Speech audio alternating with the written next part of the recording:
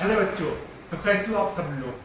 तो मैं आज आपके लिए फिर एक नया टॉपिक लेके आया हूं जो आपको 10th बोर्ड, आईसीएससी और सीबीएसई सबके लिए बहुत ही जरूरी और बोर्ड्स के हिसाब से बहुत ही इम्पोर्टेंट टॉपिक है। ठीक है, तो आज हम पढ़ेंगे एपी। तो बेसिकली ये एपी क्या, तो मैंने यहाँ पे एक बेसिक सी डेफिनेशन लिखी है।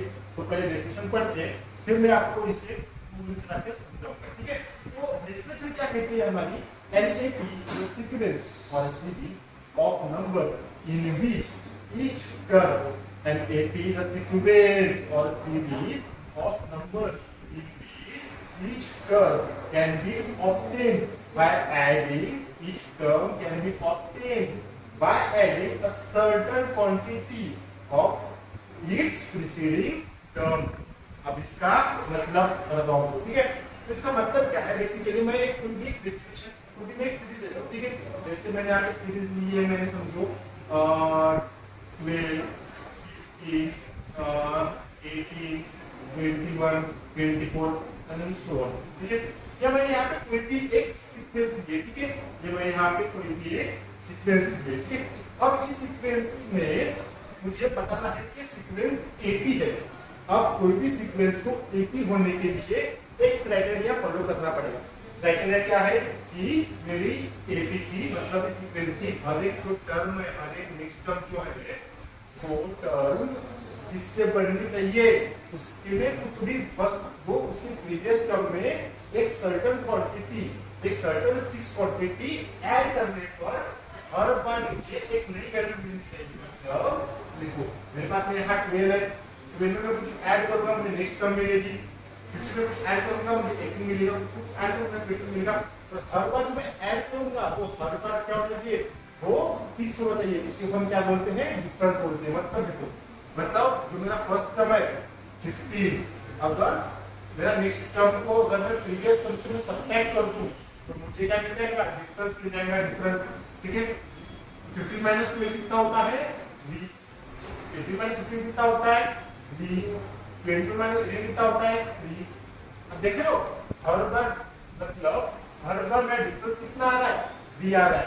मतलब मेरा हर बार मेरा जो सीक्वेंस है जो आगे बढ़ रहा है वो कितने से आगे बढ़ रहा है, 3 से आगे बढ़ रहा है। ठीक है, तो अब मुझे 24 के लिए आगे जाना है तो क्या करना पड़ेगा, 20 से मुझे 3 ऐड करना पड़ेगा, 27 आएगा, उससे फिर 3 ऐड करूंगा तो 30 आएगा, उससे फिर 3 ऐड करूंगा तो 33 आएगा। ठीक है, इस तरह से अगर हम आगे बढ़ते गए हमें क्या मिलेगा, एक अरिथमेटिक प्रोग्रेशन मिलेगा और जिसे हम क्या बोलते हैं, एपी बोलते हैं। ठीक है, अब यहाँ पे कुछ एग्जांपल्स जैसे 5, 7, 9, 11, 30 और सेकंड है -20, -24, -28। अब ये है देखो, अभी सीक्वेंस जो है एपी जो है वो दो टाइप की होती है। एक होती है इंक्रीजिंग अरिथमेटिक प्रोग्रेशन और एक होती है डिक्रीजिंग अरिथमेटिक प्रोग्रेशन। मतलब अगर मेरा नेक्स्ट टर्म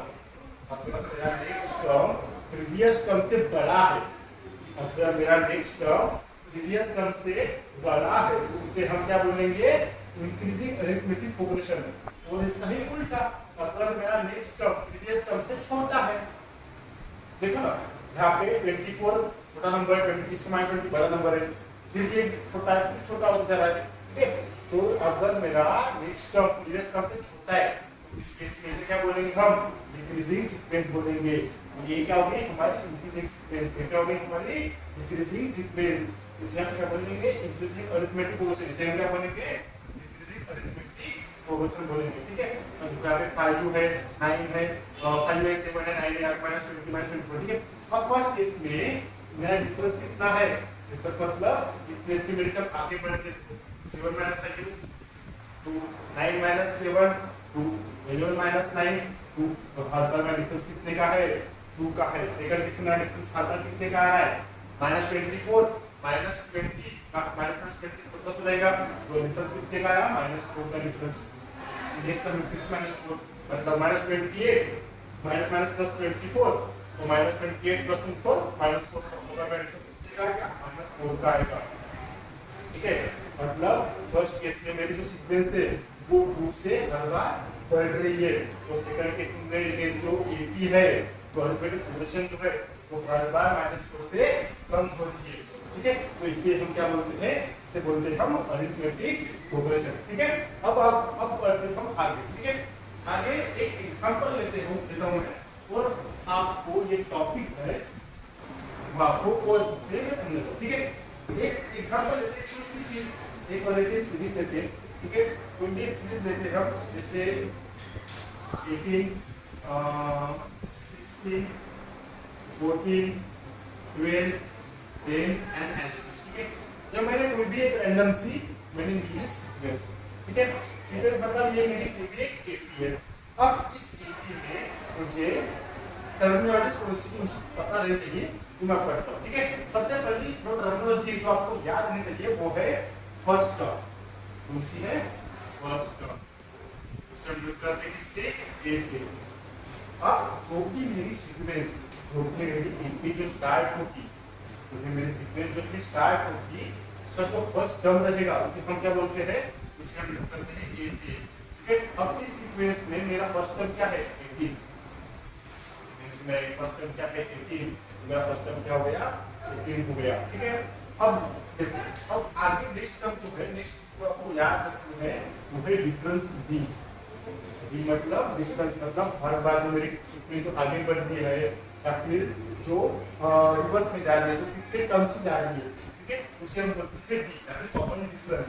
तो डी यहाँ पे कितना है? वैसे फाइंड करेंगे next term minus previous term. Next term कितना है? 16। प्रीवियस टर्म कितना है? 18। 16 माइनस 18 कितना होता है? होता है -2। डिफरेंस कितना है? -2 का डिफरेंस है। मतलब ये सीक्वेंस कौन सी है? सीक्वेंस है डिक्रीजिंग सीक्वेंस। ठीक है, अब इसके आगे अगर मुझे कोई भी nth टर्म फाइंड करनी है, अब मुझे कोई भी nth टर्म फाइंड करनी है, तो हम उसकी फाइंड कैसे करेंगे? ठीक है, उसके लिए मेरे पास एक फार्मूला है। अगर मुझे इस सीक्वेंस का मुझे फाइंड करना है 20 टर्म, इस सीक्वेंस का मुझे अगर फाइंड करना है 20 टर्म, क्या हर बार मैं इसको कम कम कर दूंगा? मतलब नेक्स्ट टर्म 8, फिर 6, फिर 4, फिर 2, फिर 0, फिर से जाऊंगा नहीं। मेरे पास फार्मूला है। फार्मूला क्या है? देखो, जो फार्मूला है मेरे पास में, वो फार्मूला है Tn is equals to a plus n minus 1 into d। ठीक है, ये फार्मूला है। अब इस फार्मूले को समझो। ठीक है, तो Tn क्या है? Tn बेसिकली मेरा है nth टर्म। Tn बेसिकली क्या है मेरा? nth टर्म, मतलब मेरे nth टर्म पे जो भी मेरी वैल्यू रहेगी इस सीक्वेंस की, वो क्या होगा? मेरा Tn होगा। तो ये क्या है मेरा? फर्स्ट टर्म, और d क्या है मेरा? Common difference. और अब जी n क्या है? देखो, जे n और nth टर्म में बहुत लोग होते हैं कंफ्यूज, इसको बात में समझो। अभी n क्या है? n है वो टर्म जिसमें मुझे इस सीक्वेंस की वैल्यू फाइंड करनी है। जैसे फॉर एग्जांपल मुझे फाइंड करनी है 20 टर्म पे, 20 नंबर पे जो वैल्यू है। देखो, जैसे फर्स्ट टर्म पे मेरी वैल्यू कितनी है? 18 है। सेकंड टर्म वैल्यू कितनी है? 16 है।